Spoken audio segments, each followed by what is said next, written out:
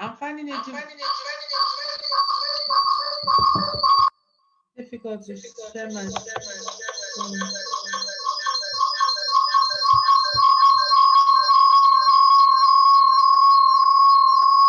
Hello, ma. Hello, Madam MP. Yeah. There's a lot of echo. You need to reduce one of the volumes of one of your phones. Can't hear you again.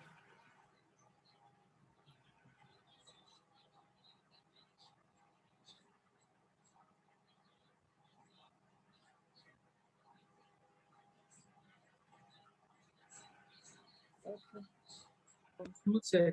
Can you hear me now? Yes. Okay. I tried sharing from my laptop. I have two devices, but once I start sharing, it disconnects. Okay. I don't know whether.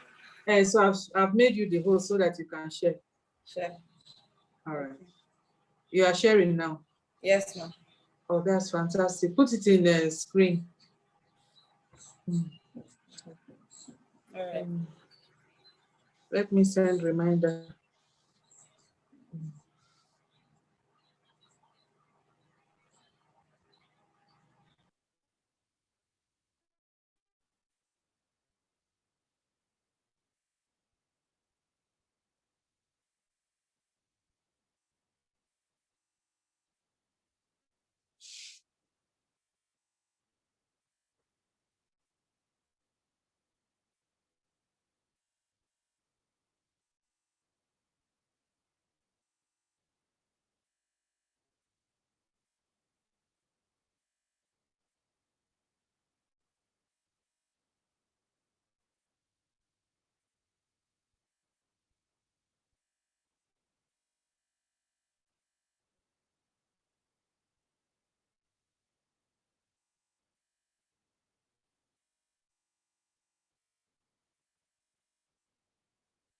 And they are fine. Hello. What do you think about? Well, Larissa, it's a very interesting question. Good morning, ma'am. How are you, Dabota? I'm fine, man. Okay.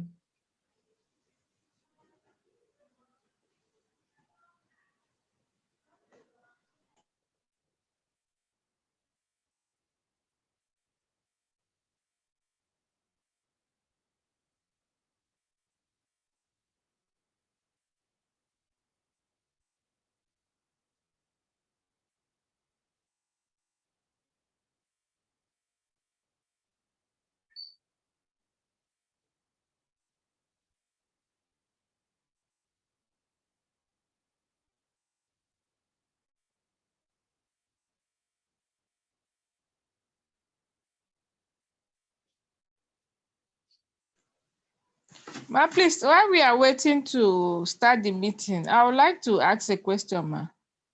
No, But go not ahead. related to, but not related to this meeting. It's all right. Go ahead. Okay.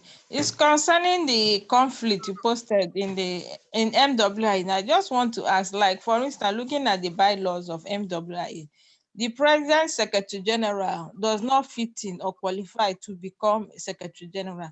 I think that should have looked at when she contested to become Secretary General, because it says that it's supposed to be a past president of MWIA, and the President Secretary General is not a past president of MWIA. We will bring that up. Thank you for bringing that up. Do you have a copy of the bylaws? I'll check if I still have it. Where did you get that information from? It should either be from the website or when they sent in the nomination for people to, I think they liked a nomination for people to send in their interest for the different positions. I think it should be from Okay. there, where the qualifications was written. I'll check All if right. I still. Please check.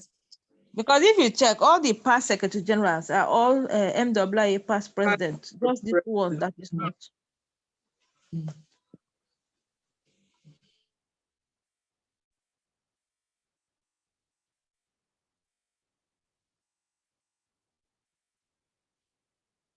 Thank you for bringing that to our attention. We have 7 people. By 10 past 12, even if we're only 7, we'll just go ahead because we have another event today. So we don't want to spend too much time on this, just to fulfill all righteousness.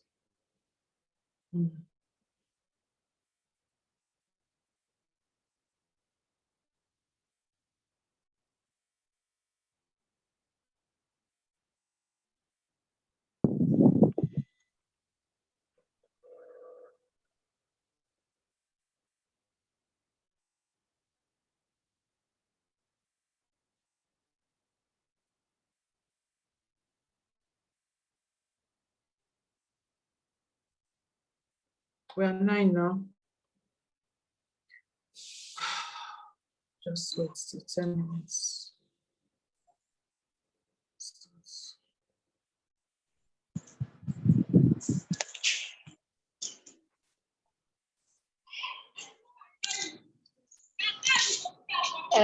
African.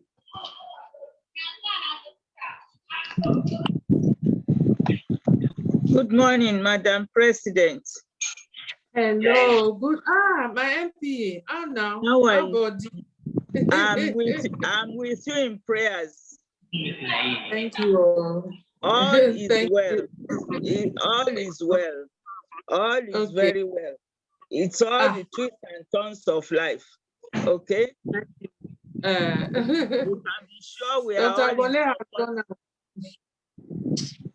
We are all in support of your move. Thank you. It's not easy. Such a very stressful thing. I know. I didn't sleep until 3 yesterday. I was praying on the issue. God is in control. Yes.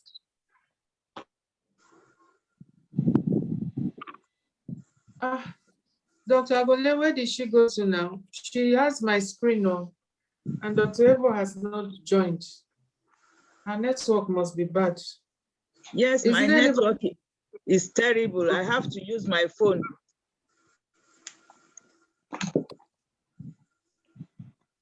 Is there anybody that I can send my slides to so that they can share it for me? If not, it will be boring.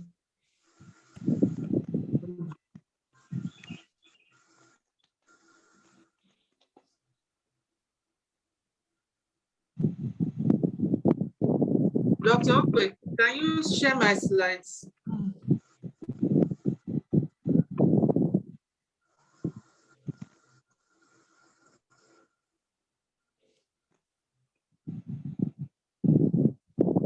Dr. Stella, do you have a laptop to help me share my slides so I make you host?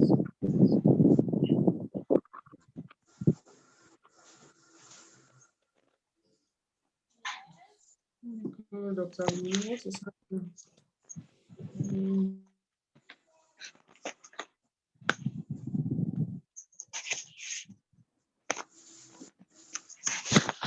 I have a laptop, but I'm using my phone.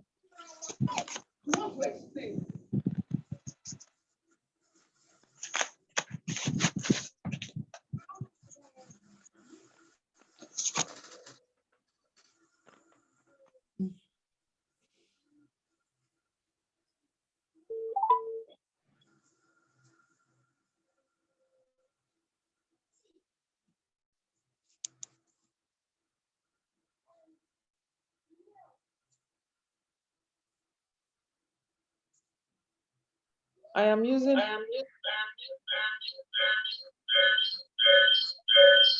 I'm using 3 devices.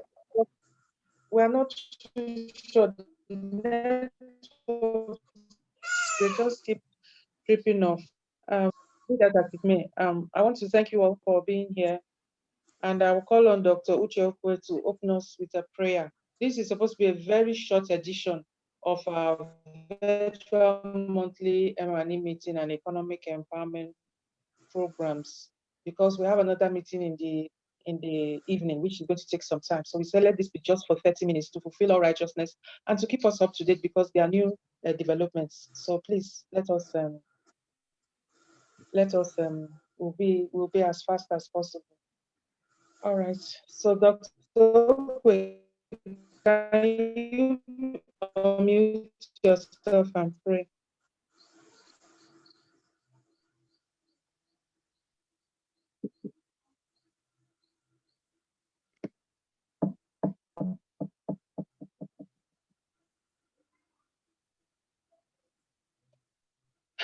As I asked Dr. Okwe to pray, she bounced out.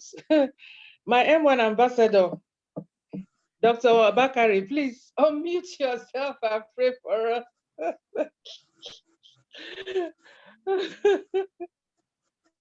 Okay. Good morning, my president. Good morning. Can you hear me? Yes, we can hear you.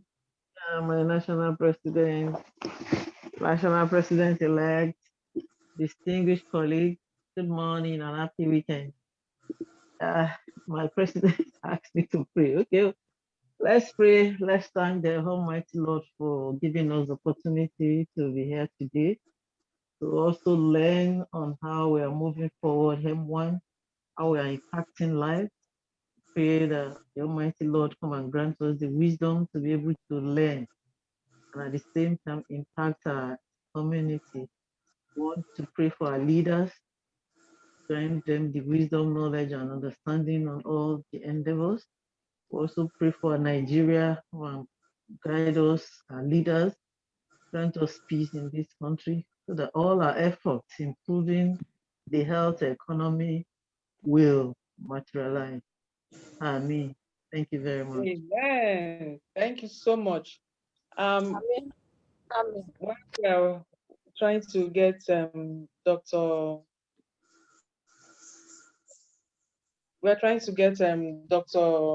Agbonle to join us. She has the slides. I just want to bring to our attention and remind us of some very important things that we need to focus on. Let us be committing our international presidents in prayers and the entire MWIA executive committee. we know that a lot of things are happening and they're very alarming, very disturbing. But there is nothing that God cannot do. When I first heard of challenges, I said, my God had kept me for 2 hours in prayer on Monday, and I landed and met everything I needed to do. And I arrived my destination, even though it was late. That God is still alive and He is able to do whatever we commit into His hands. So our first line of defense, offense, whatever, is to continue to uphold the MWIA ESCO in prayer. Then secondly, I want to encourage our state presidents. I'm trying as much as possible every month to send us reminders. And some of the reminders that I send to us, I talk about the checking ourselves, our health.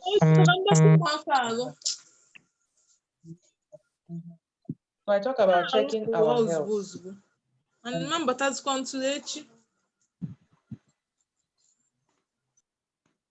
So Linda, I have to mute you. So I talk about checking our health, and I send reminders to the National Executive Council meeting members on their page. I expect that those reminders will be sent to all the state branches. And I happen to be on some of the state branch platforms, and I don't see those reminders. The reason I'm saying this is because in recent times, I have made inquiries. I've made inquiries about the cause of death of some of our medical women that we have received their details. I make inquiries, and I have gotten information of 2 medical women that have died, and it appears those deaths were preventable, and they were not keeping to the regulations, or they were refusing to receive treatments. And I do not know whether it would be an unethical thing for at least the state branch to discuss it, so that if this type of poor health-seeking behavior is common in that particular, amongst medical women from that particular areas, they can discuss it. And I do not know, but if somebody has any comments to make on that, do you think it would be unethical if we feel a medical woman has died of a preventable death, that the state branch should discuss it in case the other medical women that are not doing the same what is needful? There are many medical women that are not doing pap smears. There are many medical women that have breast lumps and are refusing to have the breast lumps removed. And some are even on cancer and are having cancer. They are refusing to receive treatments. And then we now hear that a medical woman has died. Then why are we talking to the market women? Why are we talking to the women in antenatal if a medical woman can die of these things and they refuse treatment? So I want to ask for your opinion on this matter, because it is a great concern to me. Whenever I hear a medical woman has died, it bleeds my heart. Is there anybody that can give us an opinion to say, is it okay for us to get the states to discuss it amongst themselves to encourage? This last next meeting we had in Abuja, we brought SFIG, we brought tape, and we brought a weighing scale that everybody should check themselves. Some who felt that their BMI were so high, they refused to weigh themselves. I said, no problem. One person said she checked her BP and she had been feeling dizzy. But it was when she checked her BP during the next meeting, she found out that her BP had shot up, and that was the reason for her dizziness. So she quickly got herself treated. So what we are saying is that when we say check your BP every month, it is not something that is too difficult. Please, any response before Dr. Gunle starts sharing the slide? Dr. Gunle, she's gone out again. Okay, you are there now. You are the host. Please share the slide.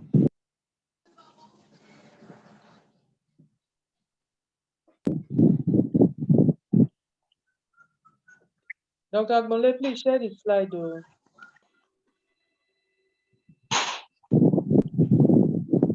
Any comments?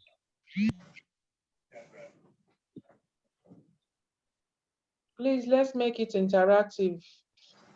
don't want it to be a monologue. Thank you.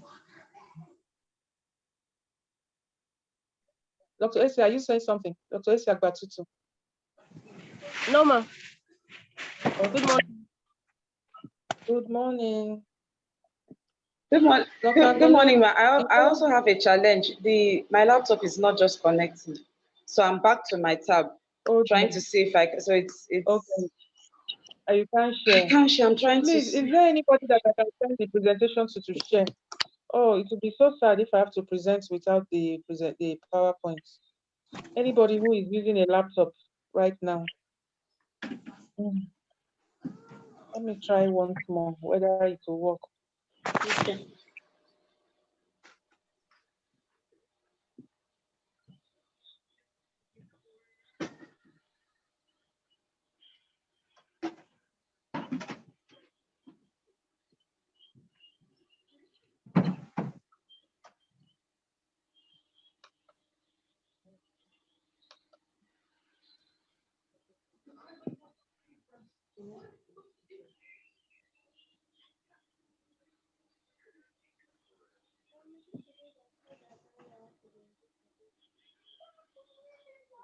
Dr. Bole, can you make Oseji the host? Let me see if I can try to share it. Okay. You are the host, so make Oseji. There's two M1 national, but the one that is saying Oseji, I believe that is the one that is a laptop. Okay. The one that is saying message. Oseji. Make Oseji the host, not M1 national president. Okay. Oseji, not M1 national president. There are two. Okay, you have done that. Yeah. All right. So let's see if I can share. Okay. Okay. Yeah, I think it's working. Yeah. Oh, fantastic. It's sharing. Oh, to God be the glory. Please, laptop, behave yourself. Oh.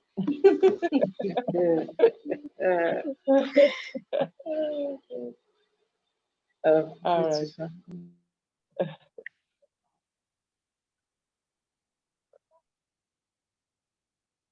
Right, sure.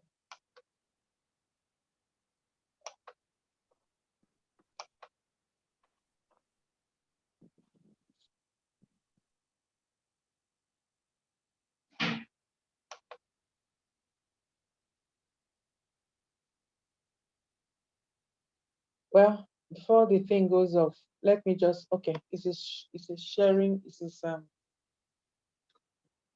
presenting a slideshow. Oh, it takes so long.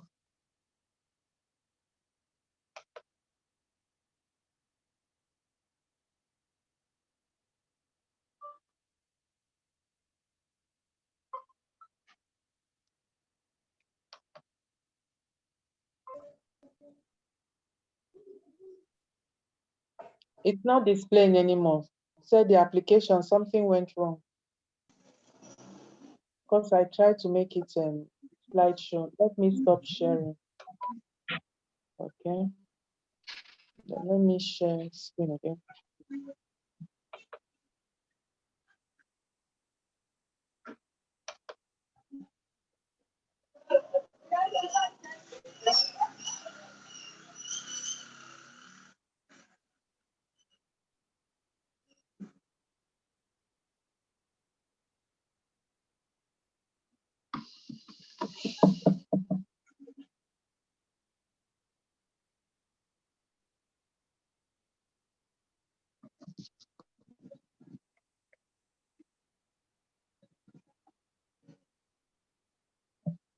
So because our time is fast spent, I am going to send the presentation to the 5 major groups so that people can open it and then we can just do the needful.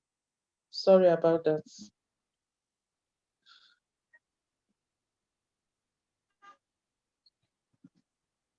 Okay. So I'm presenting monitoring and evaluation of health programs for the month of May 2021 and The specific topic is key performance indicators for monitoring and evaluation of health and economic programs. And the outline is as follows. What is an indicator? Purpose of indicators, developing indicators, key performance indicators in health, the Delta State example, key performance indicators for economic programs, M1 adopted health facilities, pilot demonstration projects to promote maternal, newborn, and child health, Worthy projects on cervical screening, sustainability of M1 projects, and conclusion.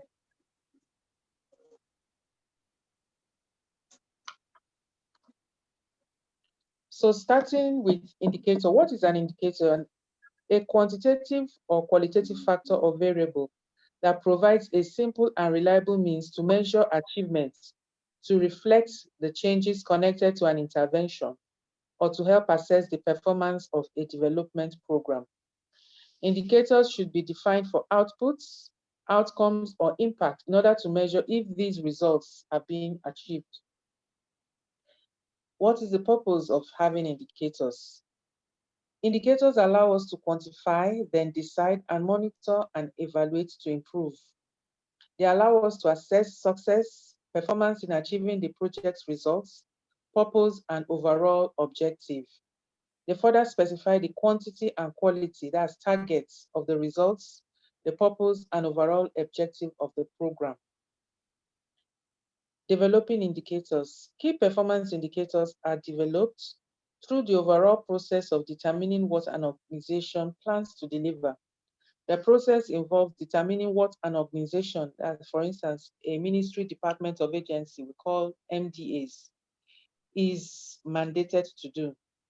Developing a strategic plan, for instance, a corporate plan or mid-term strategic status of strategy in response to the mandates. Then we have established sector policies, strategies, and programs. Define expected results, for instance, outcomes and outputs. Establish key performance indicators that will allow these results to be measured. Key performance indicators in health, the Delta State example. In 2015, when Governor Kowa's administration took over the helm of affairs in Delta State of Nigeria, a retreat was organized for policymakers, and one of the outcomes was the development of key performance indicators for each sector, including health. When policy decisions are based on key performance indicators, the quality of healthcare services being rendered improves, and the hope for achieving universal health coverage is in sight. So I'm going to share below some of the key performance indicators being tracked in the health sector in Delta State. We have measles vaccine coverage, and that is a key performance indicator or KPI that helps us to assess our routine immunization. We usually use measles vaccine coverage because it was the indicator for child health for MDG. But for SDG, it is not an indicator. But measles is a very good indicator because most of the children that are vaccinated against measles have had all the other previous antigens. However, for a lot of routine immunization program monitoring, DPT3, that's Penta3, is what is utilized. We also have maternal mortality ratio for government-owned secondary and tertiary health facilities. We have perinatal mortality rates. Then we also have number of medical doctors in HMB approved who had that HMB granted approval to undergo residency, number of resident doctors in HMB that were appointed consultants, number of resident doctors in Del Sut O'Hara who passed Part 2 exams, number of accredited schools of nursing and midwifery, total number of students on admission in the schools of nursing and the schools of midwifery, total number of courses offered in School of Health Technology, number of students on admission in School of Health Technology, total number of private health facilities visited for inspection, total number of nursing and maternity homes visited for inspection, total number of medical assistance application process, total number of medical assistance applications approved, total number of patients seen at the Secretariat Clinic, total number of responses by emergency ambulance service, total number of persons attended to during the HIFAD, that's Health for All Deltans Outreach Program, bed occupancy rate in Delta State University Teaching Hospital, total number of new replacement surgeries in Delta State University Teaching Hospital, total number of hip replacement surgeries in Delta State University Teaching Hospital, total number of health facilities with DB dot centers, total number of new leprosy cases, total number of new Buruli ulcer cases, total number of health facilities rendering comprehensive ART, total number of health facilities rendering PMTCT services, total number of new patients on ART, total number of old patients on ART, total number of contracts awarded, total number of applications for ethical clearance processed, total number of applications for ethical clearance approved, total value of drugs and pharmaceutical products sold by the DRF, HMB internally generated revenue, DELSUT internally generated revenue, total revenue generated by the State Ministry of Health, total annual budget, capital, actual expenditure, and percentage of annual budget released. So I'm sharing this with us because many of us are in leadership positions, and you can see that several of the indicators cut across primary, secondary, and tertiary health facilities, and these can be used to access our health programs. You don't need to ask too many questions. Like I said, you can just ask about routine immunization, ask about maternal deaths, ask about, there are so many things of funding. You can ask how much revenue have you generated.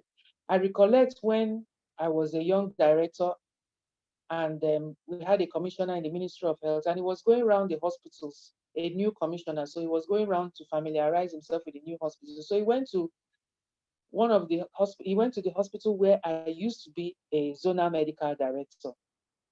And I made sure that I attended that particular visit that day because I wanted to show solidarity to my old workplace. And when he got there, the hospital was quite small, but he saw the crowd, pregnant women that were benefiting from, in that place, receiving antenatal care and so on. And I told him that the revenue that they generate in a month was 1 million. So when he was shocked, it was over 1 million because by the time I was leaving the hospital, we were generating 600,000. When we got our first revenue, because I was the first zonal medical director that got that hospital to function, our first revenue for the month was 10,000. So after a period of 4 years, it had gone up to 600,000. So every month I ask the accounts people to tell me how much we have generated. And by the special grace of God, by the time I had been in the ministry up to the time when this commissioner became the Honorable Commissioner for Health, I had continued to inquire, how far is they said the revenue just kept getting higher. So it was already over 1 million. So the commissioner now used that as a yardstick to assess the performance of all the other hospitals he visited after going to that hospital where I was medical director.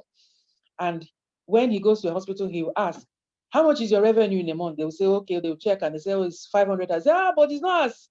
Your hospital is bigger than that other hospital that is generating 1 million. So what we are saying is that these are the ways we can use to assess performance. And if we're assessing the performance and there is a problem, you will now begin to find out where that problem is. That problem may not manifest just as a financial problem. That problem may manifest in leakages in the system, in poor quality, and so on and so forth. But because you're assessing it, for instance, I said by the time I was leaving, we're generating 600,000. And we're relatively small. We're not a central hospital.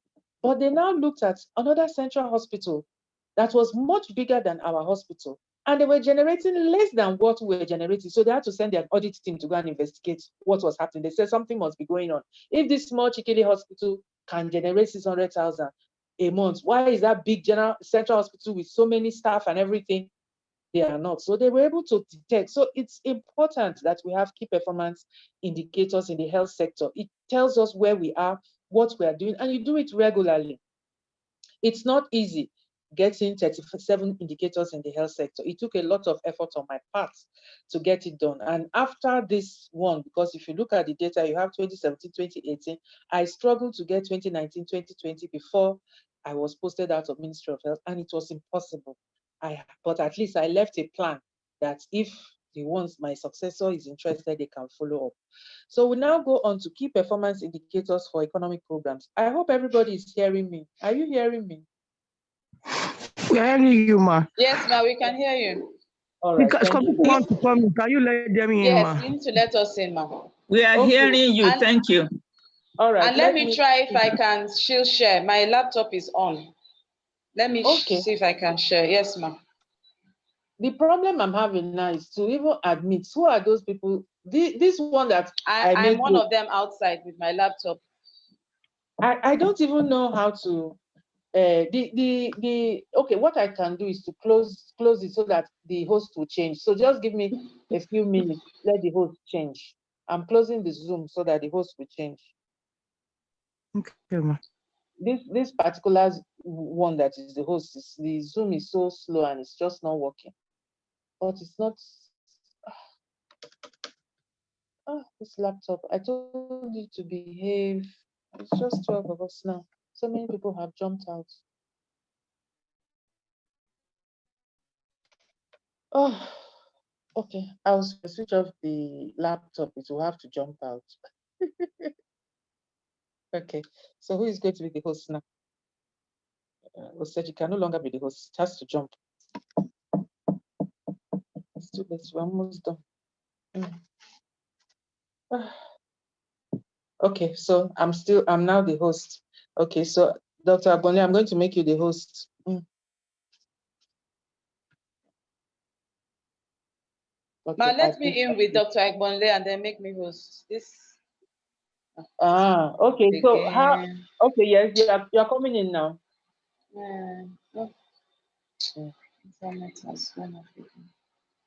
Has it gone off? Let me just finish up now. I've admitted. Just finish, ma. Yes, I've admitted the people that are coming in. Okay, some people came in. Dr. Bakari just went out, and I've admitted. Okay, they're back.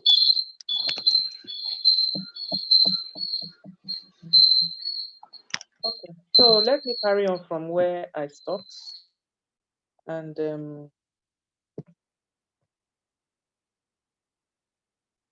so we're going on to key performance indicators for economic programs. We have had several economic programs this year. Since January, we had some last year, but since January, we have had every month something special. Last month, it was beautiful. We had with our own member BOT, past president, Dr. Kechi Okwagu. She told us what she was doing with young people. The previous month, we had the one in collaboration with NAD, and we learned about 50 businesses you can do in medicine or medical businesses you can have. Then we've been talking about our financial plan for health, and we give you freedom until you get to 30. Don't just play around with any money you get. But from 30, start saving so that by the time you're 31, you have 500,000, and so on and so forth until you get to my age. And then it has to be something. So the question now is, all that we do to generate income, extra income, to reduce our expenditure and so on, how do we monitor and evaluate it? And at the NMA ADM in Jos, we had somebody from Jos Business School, Chief Gomos, and he gave us a beautiful presentation. In fact, I have requested him to be our special speaker, guest speaker at the June Economic Empowerment Program. It was so inspiring. He told us so many things and so on. And he now talked about a method of a tool that you could use to kind of keep a database on how well business owners are doing in any environment or any location. So I followed him up and asked him for the tool. And what he gave me was actually a questionnaire that they use for monitoring training after they have done capacity building in entrepreneurship. So I now looked at it and I customized it, edited it to be utilized for medical doctors in business. So I've prepared it as a Google form. And after this presentation, I'm going to circulate it so that everybody looks at either you have started a business or you want to expand your business. Business could be your private practice. Business could be something your family is doing that you have invested in, any form of investment. So this is a monitoring tool. First, you ask, have you ever benefited from a business/entrepreneurship capacity building program? And the indicator that that is going to give us when they start answering that question is going to be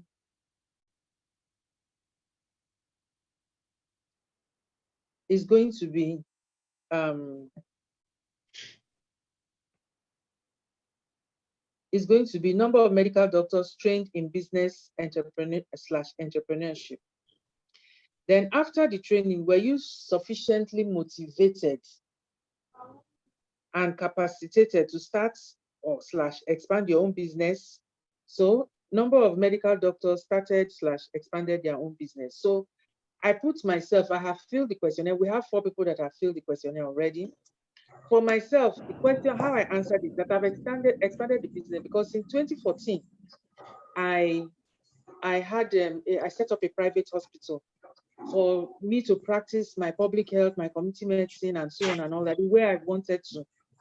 And so I just got the revalidation this year, just before I left the Ministry of Health. And I'm already expanding the kind of services so that I can hopefully generate more revenue that we're already generating. So I put that I have expanded. I didn't start, I started in 2014. So this is 2021, 7 years.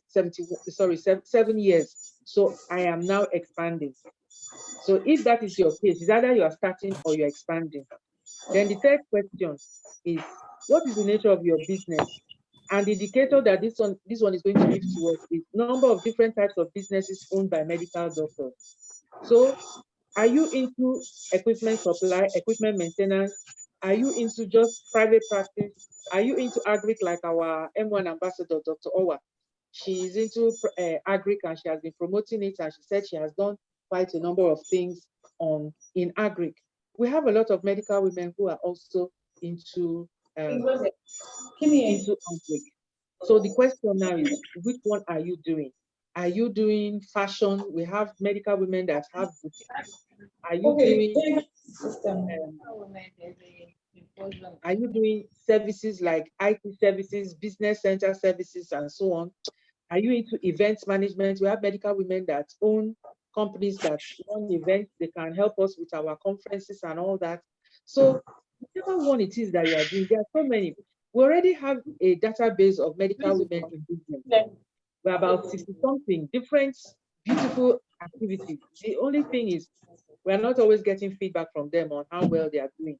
So we are going to find a way to make sure that each of them is given this tool via text message, because they may not be on the WhatsApp groups where we are going to circulate it.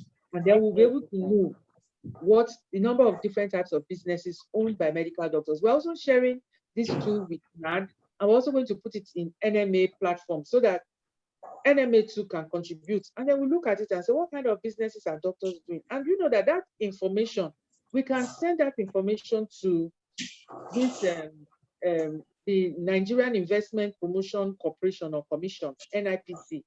And they can say, okay, they will do this for doctors, see what doctors are doing. This is the kind of loan facility, or these are the kind of training that doctors need so that they can be better entrepreneurs.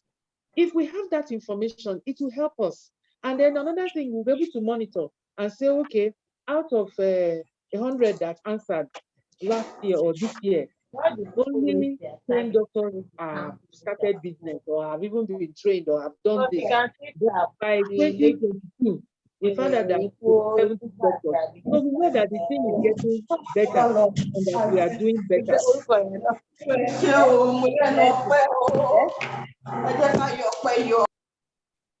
So it now makes us monitor our progress so that over time, some of us can be involved in public-private partnership.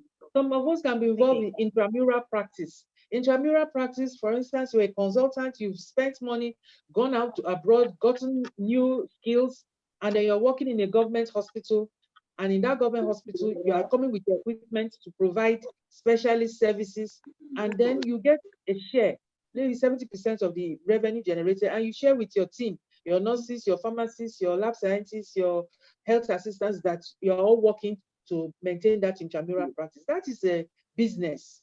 So we now look at how many people have done all these things to generate more income. Then how much income do you generate from the business in a month on the average, gross and net? So the question now is, gross is not just the money you generate, because you're going to have to pay rent if you're not living, if you're not in your own, if you're not in a property that you own. And even if you're in a property that you own, you have to do the maintenance, the plumbing, the electricity, and so on and all that. So it is not if you generate, for instance, 20 million, you will say, oh, I've just, that's your gross. So by the time you remove salaries and so many other things, then you'll now be able to say your net. So if you generate 20 million and you remove the salaries, the maintenance, and every other expenditure, and you now have like 7 million left, that is your net. So it would be nice to know on an average. So if you now check all your gross for the various months, let's say 2020, January to December, your gross, you take the average. Then you do January to December 2020, your net, you take the average. Then you fill that question. Then at the end, we'll see that some people have negative negative query, they didn't even generate, or some people have just maybe the average monthly income is just 500,000 or 2 million and all that. Then you say, oh, these doctors, this is where the challenge is. Many of them are not even able to break even. They are still struggling. Or some doctors are doing very well. They are generating so much. They are coming up with nets of 3 million, 5 million, 10 million. And then or you can even look at, though we didn't put locations, you can now choose to put location and we say, Lagos and Abuja, oh, 80 million, 100 million. However, if you talk of Delta and Bayelsa, oh, those ones we are just struggling. Their net is 5 million, 7 million. It shows you where the capacity is needed. And we're able to say, okay, let us pick some people from Lagos and Abuja and bring them. Let them come to Delta and the Bayelsa and teach them how to do the business. Then finally, how many staff do you currently employ in the business? And that will give us an indicator of number of staff employed by medical doctors in business. And you know, if we can get that information and share it with government, they will now know that medical doctors are job creators. In my private clinic, I have 5 staff, including myself. How many staff do you have where you are doing your own medical business or any other kind of business? We're all generating, we're all helping to create jobs, and it's good for the government to be aware of that. So basically, these are the key performance indicators that we want to talk about in the health sector and in the economic programs that we're organizing. And we'll quickly round up by looking at the updates of our M1 special programs. If we look at the M1 Adopted Health Facility Project, to give those who are joining us for the first time in an overview, we'd like to inform you that at the beginning of the 2019 to 2021 biennium, states were asked to select a health facility to be adopted. Letters and plaques were given to each intending state. At Abia next, 10 states collected plaques, but by March 2020, only 5 states have started, and the number increased to 7 in May 2020 and 8 in July 2020.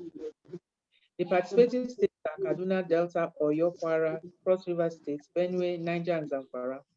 We have now 6 more states: Akwa Ibom, Sokoto, Rivers, Imo, Lagos, and Kebbi states. However, we have dropped Kebbi State because they have refused to submit any data. If anybody knows the president of Kebbi State, tell her that she's no longer part of our adopted health facility project, because we have asked for data, and Dr. Admole, our national coordinator, she's the coordinator. She has done very well chasing all of them to bring data. But the question I ask, why do you have to chase a medical woman to give data? Data is something that naturally should come out. What is the challenge? If you're having a challenge, let us know what the challenge is, and we can help you to solve it. So now we have 13 states, and we are very pleased to inform you that all the 13 states have given 12 months report for the year 2020. So the data presented has changed from what was published last month, because last month not all the 13 states had given us January to December 2020. So I want to appreciate Dr. Bonle for chasing. She's small, but she's mighty. She chased all of them, and finally, they have given us data up to 2020 December. And with that data, we have calculated the maternal mortality ratio with a live birth of 4,713 from all the 13 facilities to be 1,273. Initially, it was 1,291. But by the time we added the extra data that had come in to complete the year 2020, it dropped. But 1,273 is on the high side compared to our national average of about 500. Then neonatal mortality ratio, by the time we got the completed data, still remained at 42 per 1,000 live births. So we go to the WADI project on cervical screening, and we have 13 states that have given us data, and the participants reach, we have over 6,500. We have distributed over 5,500 flyers. We have gotten cervical screening for over 3,600. We have a discrepancy with the data that I have and the one that the coordinator has. So I put that in red. We'll go and synchronize it after today.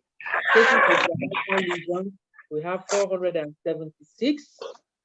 Now, one of the cases of cervical lesion is the one we did in Asaba at Church of God Mission. And myself and Dr. Agbonle, in fact, when we were doing the cervical screening, we saw the lesion at the tip of the posterior lip of the cervix. And before I could say cauliflower, Dr. Agbonle said cauliflower. This is the typical cauliflower lesion of cervical cancer.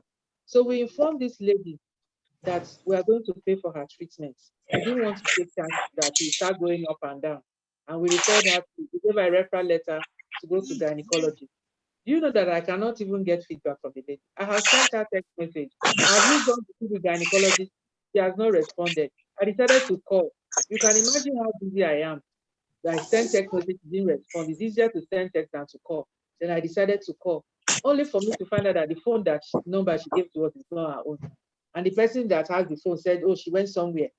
So the question now is, how do I even get to see her and beg her to go and receive her treatment? So you can see our challenges in dealing with this cervical cancer. Screening is just the basic thing we can do. There's still a lot more that is yet to be done. Where you have to even allow the person to be willing to receive the treatment.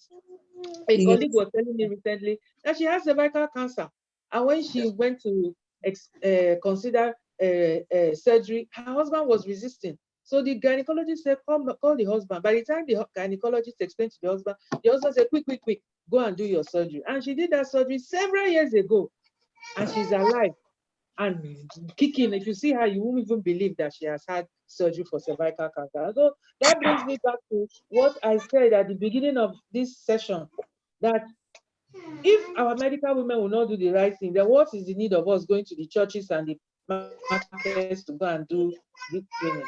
It's important that we must lead by example. So cases treated with thermal ablation cryotherapy, we have 68, and we are very happy in Delta State that we now have our own cryotherapy machine in our cancer screening center, the State Secretarial Clinic, which is managed by our cancer focal person, the WADI focal person, Dr. Okwe. So they said it was for M1. It's because they saw what M1 was doing, and since M1 has adopted that place, is collaborating with that place, they have made it. So by God's grace, we will not only use it for Delta State, by God's grace, we will go to other places, to the South zone, to do that. Our number of calls made, 255. There's a discrepancy between her own and my own. That's why I put it in red. We synchronize later. It's encouraging. We should try as much as when we create awareness, show them where the phone number is. A lot of people are suffering in silence. Our WADI flyers on pap smear, breast self-examination, anything, always tell them there is a number to call. Tell them that paper, they should even keep it and photocopy it for their friends. There are some of my clinic materials that I have given out. And when people come to me in my clinic to do cervical screening, they come with photocopies of the one I had given to somebody else on all this information. They'll say, this is the person that we know does cervical screening, and she explains all the details patiently to the clients. So it's very important. These flyers, if you explain to them that, look, don't throw it away, don't use it to wrap fish or granite. Keep it. You may have a friend that has it, then you photocopy it and give to your friend. Be an extension of the health service for us. They can be our ambassadors. So for sustainability, our plan for sustainability of the gains of the M1 2019 to 2021 biennial is enshrined in the following strategies: capacity building of the states. We have states sending more reports, but we want all states. We don't want to leave any state behind. Even though we have dropped KB, when KB repents, we'll bring them back again by giving us the data we are requesting for. A smooth and peaceful transition to the next executive. Our MP is here. She's listening. We thank God for her life. And we trust that Ibadan 2021 will be a peaceful transition, and that is going to help with the sustainability. We're working on the M1 strategic plan. Hopefully by the end of this month, it will be out. And as usual, we are going to be publishing in our JM1 journal. So please, you should send your articles. In conclusion, in order to improve the health indices of African nations like Nigeria, we must institute an efficient monitoring and evaluation system that involves all players in the health sector using objectively verifiable indicators. I had an interview, key informant interview with WHO on Tuesday. And they were asking me about public-private partnerships. So I told them what M1 has done as a private partner of health. And I also told them what we did in Delta State Ministry of Health. And they were so excited with all that had been going on. They were saying, how can an investor come in and know what to do, given the challenges that are there in the various health sectors? And I told them that when you come, you have to come up with key performance indicators. You have to ask, what is your maternal mortality ratio like? And hear what they will say. Then you have to find a way to verify it. If they tell you that, oh, we have so number of facilities, this is one where it is the highest, you go there and ask. You go there and make inquiry, do your independence. So any key performance indicator you have, somebody else should be able to verify it. So if you go back 10 times, they'll be able to give you the same figure. So that is what we need in the health sector for things to happen. And we had a situation where we had a maternal death amongst the medical woman, and we're having communication on the Young Doctors Forum. And Dr. Betty Agala asked, what more can M1 do? And I said, we must support the maternal perinatal death surveillance response system, which mandates that every maternal death must be investigated. If we investigate all the maternal deaths and we find out what is causing the deaths, then we can come up with a plan to stop those deaths from happening. We already know the general causes, but there are various issues in different places. So the question now is, how many medical women are involved in generating data on maternal health and they are not doing it? How many medical women are supposed to be conducting maternal death reviews and for some reason they are not doing it? Because I have a problem with getting those results, maternal death reviews, when I was in the Ministry of Health. How many people are able to come out with the causes and come up with interventions to say, look, and I'll give you 2 interventions. Recently, we had in March an outreach in the place where we do the biennial outreach, Powerline Community in Asaba. And we were told that in recent weeks, they lost about 7 women to maternal deaths. We asked them, where do the women deliver? They said they deliver in chemists. We said, okay, why don't you go? There's a primary health center in Okwamakom, not too far. There's also General Hospital, Okwa Asaba, where I used to work before.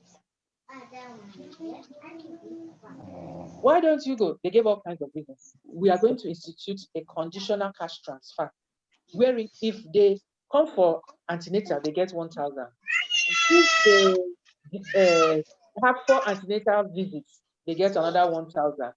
If they deliver in a facility with a skill-based attendance, and we have selected 2 where they should do that, the General Hospital, Okwe Asaba, and the Primary Health Center, Okwe, they get 2,000. And then when they come for 6 weeks postnatal visit, they get 1,000. So for every woman that accesses the health facility in these various times, the total take home is 5,000.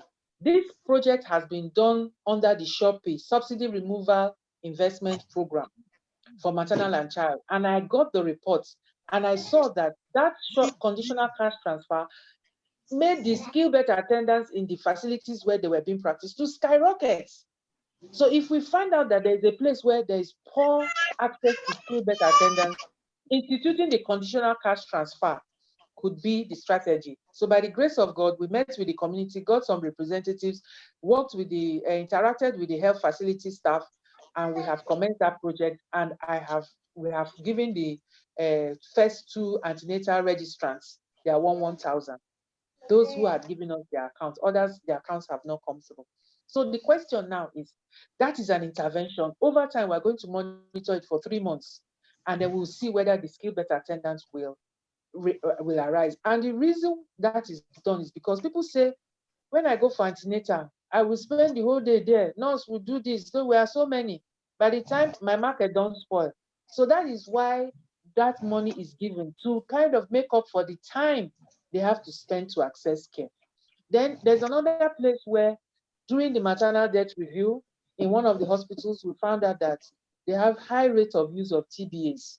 So we decided to implement part of the ABIA project in Ondo State, where there is conditional cash transfer for TBA. Every TBA that brings a patient to the general hospital to come and deliver, they give her 2,000. But unfortunately, when I made inquiry, we wanted to make it 3,000 because we say, okay, because of inflation. And we were told that some TBAs take as high as 15,000 naira in that environment. And we said, how can, when maternal health is free in this hospital, why would anybody go to a TBA and pay 15,000? So we said, okay, let's make it 5,000. So we had some funds remaining from the West African Health Organization, which we got through the help of Professor Kolo, and we gave them the money and said, please use this for the conditional cash transfer to TBAs that will bring patients to the health facility to deliver. So the interventions are not the same, but we need to know what are the problems. So if you don't do MPDSR, you will not know why the women are dying. And if you don't know why they are not dying, you will not know how to stop it. So every woman, medical woman that can be involved in this process, would like you to take it seriously. So that is why I reiterate, for Africa, including Nigeria, there must be an efficient monitoring and evaluation system that involves all players in the health sector using verifiable, objectively verifiable indicators. Secondly, we must identify health workers who are doing well, motivate them financially and otherwise. And thirdly, we must identify health workers who persist in doing badly and sanction them properly. The virtual meeting on monitoring and evaluation of health programs will be held every second Saturday of the month at 12 noon or thereabouts, all through till September this year. So please save the dates. Through this exercise, the National Secretariat of the 2019 and 2021 M1 Biennium, domiciled in Asaba Delta State, hopes to finish strong by September 2021, when we hand over the baton to M1 Oyo State. So I wish to acknowledge Ifeanyi Ogwoke, a governance and public sector specialist for the use of his slides on performance management and reporting and critical success factors. Acknowledge Dr. Bobola Agbonle, M1 National Coordinator for Data Collection and Analysis on the adopted health facilities. I also acknowledge Dr. Uche Okwe, M1 National Assistant Secretary for the data collection and analysis on the Worthy project on cervical screening. Thank you for your attention, and we just give 3 minutes for any questions.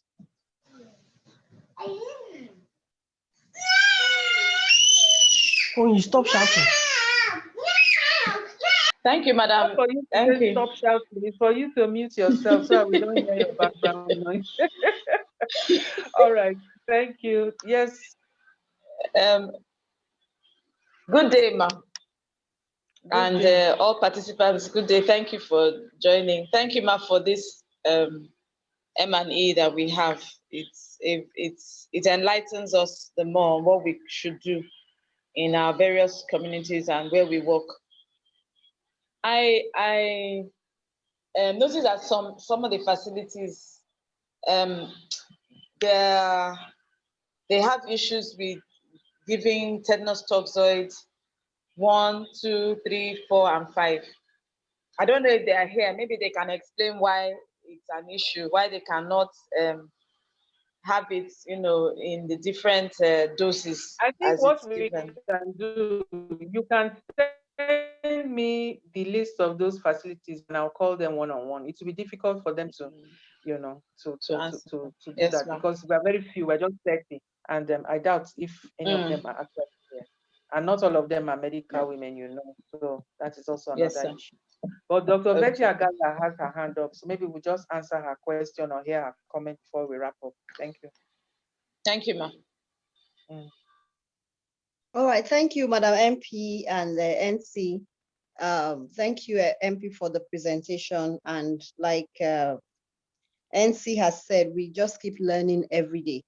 But there's a concern I want to raise, and that concern is that of sustainability. So we're doing conditional cash transfer, and we know that the Shopee program came, it was good while it lasted, but what happened thereafter? And now we're intervening, but it's short-lived. If we don't have funds to continue, what happens? So what exactly? I keep asking these questions because over time, we find out that we do an intervention, even if the next ESCO comes and wants to continue.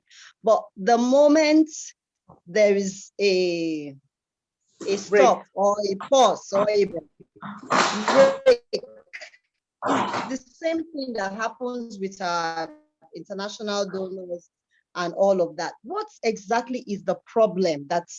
What is the root of this problem? Is it to change? Are they coming now because of the 1,000? In which case, after that, they go away? Or are we trying to change their mindsets to understand that the health facility with the skilled bed attendants is the best place, for instance, to have your delivery? Or it's better for you to screen yourself and know that you're free? What is the problem? And how can we solve the root problems of maybe demand creation? Yes, thank you very much. There are many ways to create demand. One of them is having a vibrant health workforce. But sometimes it's not possible. A lot of these things are not in our purview. M1 cannot start recruiting health workers. For instance, the nurse in the primary health center, I have worked with her I have known her for a very, very, very long time. And I know she's very efficient. And she also knows me. The people, you know, I'm a field worker, so they know me when I come, and they all know my reputation. So she called me, was it 2 weeks ago, and said, "Ma, one of these power, I decided to sleep over. Now there's somebody there. What do I do? She was already panicking because there has been that agreement that they will now be coming to our health center. She too told me she was happy, but she didn't know that they will come so soon, and they will come when she's not there. And she said she just has one staff that is not even a nurse that is there. So she was worried. So that's one problem that happens. If they go several times, do you understand? And they find out that the nurse is not there. And sometimes that one nurse that is posted there, the primary health agency will continue to invite them for one training or the other, one campaign or the other. So they're not always there. And so when they actually say, when we go there, we don't get the care we want, it's a challenge. It's a challenge. It's this real. It may be that truly they went there and they didn't, so they look and say, instead of me to go there and all that. So there are some of these things we cannot handle. So I had to think fast and think outside the box. And I said, I'm going to give you the 2 representatives that the community gave to us to work on this project. And I'm going to ask you that anytime you are not going to be there, inform them. Since it's not only your facility that they are using, they are also using General Hospital Ope Asaba. So they can now use that one as an alternative. So what I'm trying to say is that let them know when you are not going to be there. And I tell the community health workers that, look, you must spend time in the community. So the day you're going to, sometimes they say, we are the only one, there's no time to go to, I said, that is a lie. It's like saying, oh, because I'm a doctor and I have I have no nurse, I will stop doing doctor's job and start doing nurse's job. I tell them, you are not nurses, you are community health workers. Once you stop going to the community, you are no longer a community health worker. So you must justify that name that you are called. And so I tell them that the day you know you are going out, let's say every Friday is your outreach day, put your phone number, put the notice, Friday is outreach. I am not in the health facility. The whole community will be aware. Nobody will come on Friday. So it's a relationship between the health worker and the community. So all these things will help with demand creation. But if you just go every time you have one workshop, you take away, nobody knows whether you're there. After some time, demand will not be created. So I'm just giving an example of how the demand creation can be improved by making sure you have a relationship with the community, whatever their needs are, whatever their issues are. But the issue of poverty is real. Do you know that some people don't even have accounts? They were complaining when we said there are two things you must to benefit. I have signed 20 letters for Okwamakom, and I've given it to the representative, and I've told the people in Okwamakom, it's only the one with my original signature, not photocopy, because that's the letter of introduction. They'll put the phone name, the name of the patient, they'll put the bank account, they'll put the phone number, and they will bring, and then you collect it and they benefit. If not, they will bring people from Onitsha and say they're all power line community people to come and receive 1,000 or 5,000 as the case may be. So that is there. We've done the same thing, another 20. I said before the 20 is finished, we'll come and sign and prepare. So they have a letter of introduction saying that they come from this community and the hospital should accept them. But the issue now is you must have a bank account. Do you know that many of them do not have bank accounts? That's a sign of poverty. That's an indicator, the number of people that have bank accounts, because that means you don't have enough to put in the bank.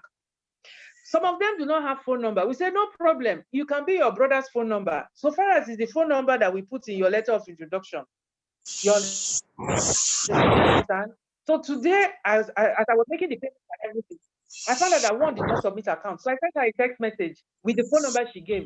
Where is your bank account so that we can give you your money for registration?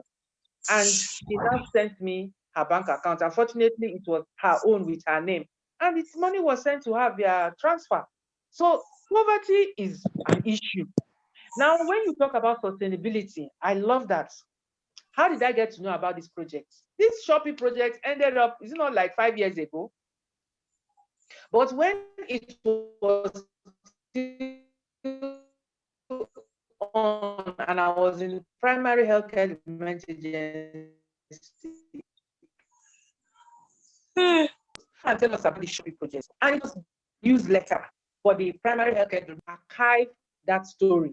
So when we now discover this year that there is a community that 7 women have died in pregnancy and that they are delivering, what do you call it, in chemists. And the very day we went for the outreach, because I sent my assistant, who is a community health worker, to go ahead of me to do the preparation. And she told me that as she got there, that there was a woman that was on a kind of keke makeshift truck, that she was bleeding and the blood was following the trail of the truck. She was gasping and they were looking for where to take her out of the community to go and receive treatment. So when they came for the meeting, I asked them, that woman that day we came for the medical program that they were carrying on the truck, did she survive? They said, oh, she didn't survive, that she died. And the blood was following her in the truck to show you the level of bleeding. So it is real. When you see this one, are you going to wait for WHO? Are you going to wait for UNICEF or UNFPA? You do something. So by the time we interacted with them and found out that there are facilities, but for some reason they are not, we said, okay, let us improve the demand creation by using CCT. Now, the next thing is that we're going to put up a report. That is one of the things we're going to struggle to do. We already have our 2 newsletters, fine. But all these adopted health facilities, all these things are going to be published. We're going to have soft copy, we're going to have hard copy, and we'll continue to disseminate them. And when we disseminate them, they can be now used as best practices if the outcomes are positive. If the outcome is negative, we will now say, okay, conditional cash transfer did not work in this community. Maybe this community has some other problem other than poverty as a result of not being able to increase their skill-based attendance. And when we had a meeting with the Minister for Finance, we informed her, and she was so, in fact, when we told her about our cancer program, she said that she's interested in contributing. So I'm getting a letter, I've got her pack ready, I've given it to our business manager in the National Secretariat. So it's just to get the letter. And then next week, we're going to give her the letter with our flyers on cervical cancer, because she was so impressed when we gave her the data on how much we have raised and what we have used with the money. And she said she didn't know that there's an association like this doing so much good. Please, how can she contribute to what we are doing? So what we are saying is that the sustainability is in so many ways. Doing a project that has a good outcome and writing a report is one of the most sustainable ways that you can sustain, because you can now sell it to stakeholders. Nobody had to convince me. I just knew that there was this Shopee program, and I asked one of the primary healthcare coordinators, I think it was just 8 LGAs that were doing this Shopee, come and tell us what you people did with Shopee. And he did it, and he demonstrated that there was an impact.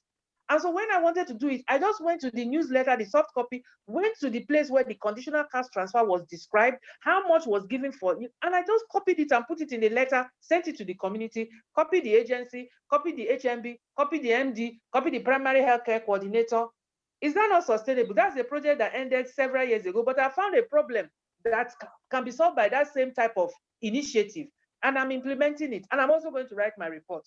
So that is the sustainability, Dr. Betty. I don't know if I've answered your question. Yes, ma, you have.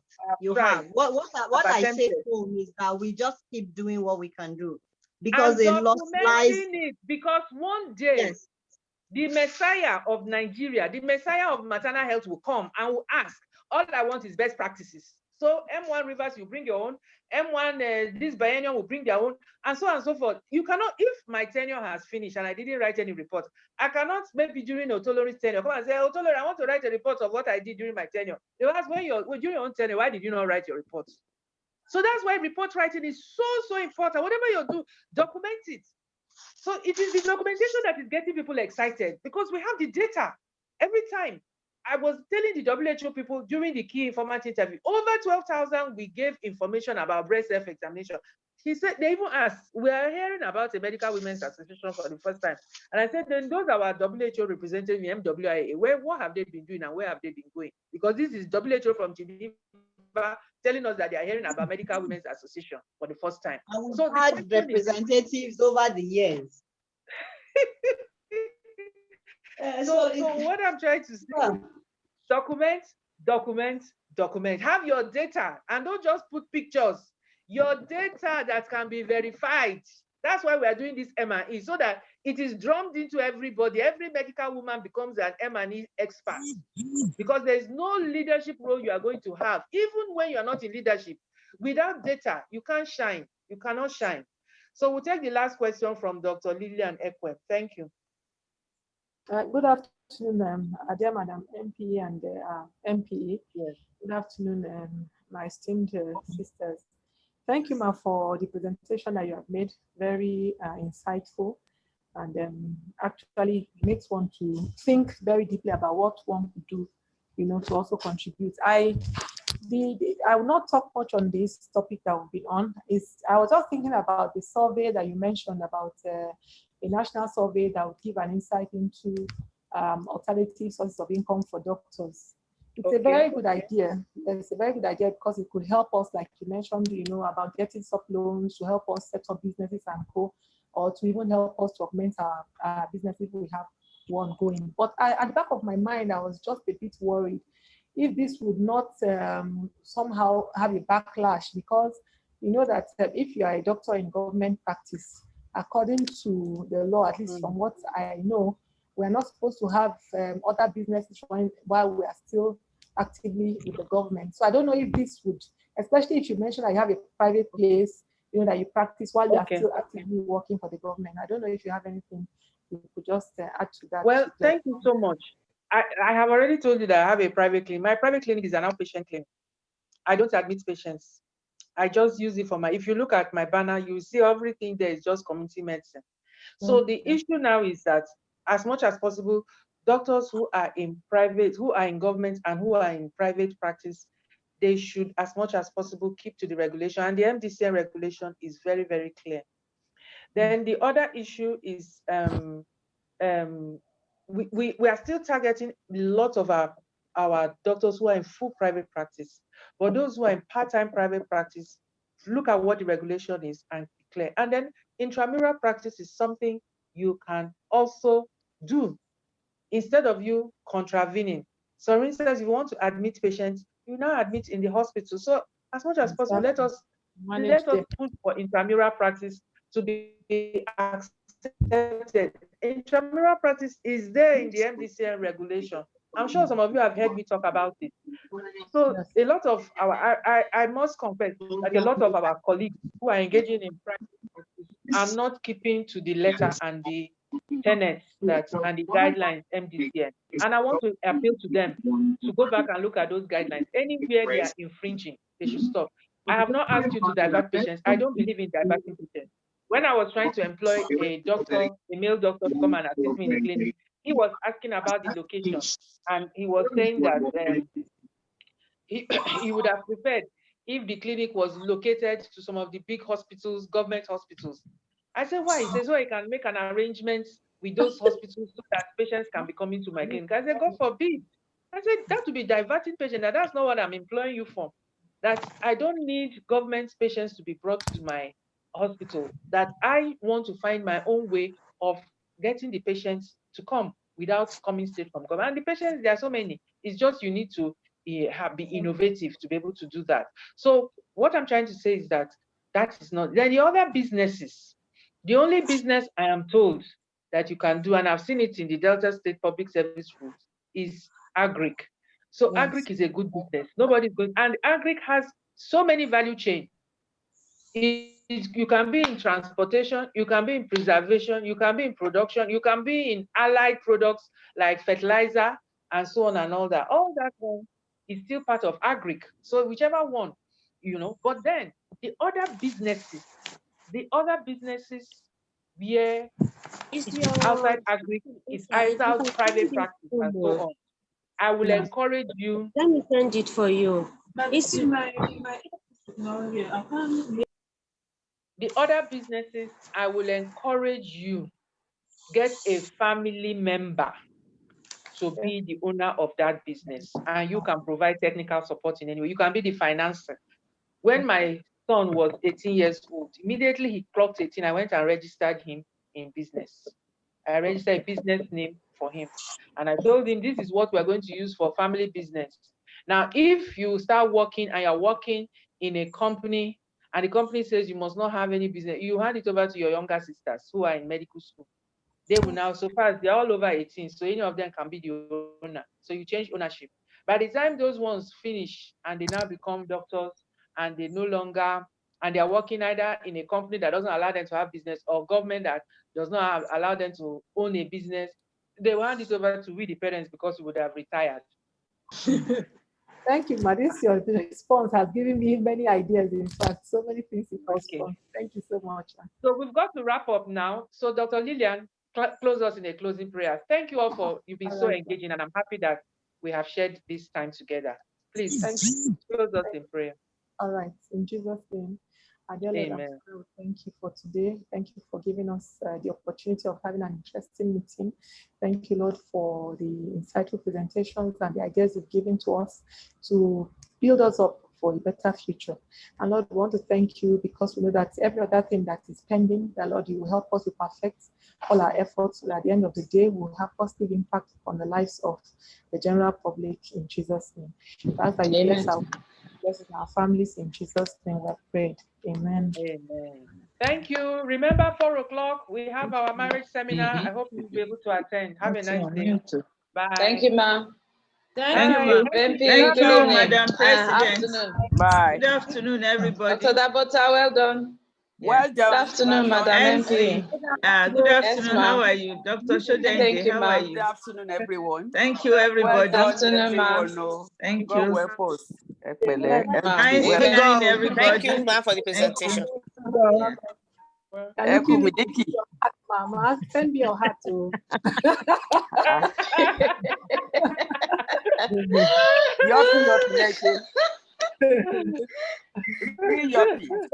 Dr. Hawa, well done. Now, wow, this cap, eh? Now, wow. Well done, MP. Well done. Thank you. Have a nice day. We'll see you later. Thank you, Nice ma. Bye-bye. Done.